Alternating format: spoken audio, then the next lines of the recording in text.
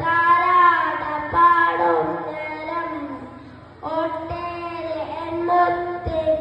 പുണ്യനാളും പൊന്നുപ്പവാരി പുണർന്ന നേരം കേട്ടു നബിയോട് സ്നേഹരാഗം പൊന്നുമ്മ താരാട പാടും നേരം ഒട്ടേറെ എൺമൊത്തി പുണ്യനാളും പൊന്നും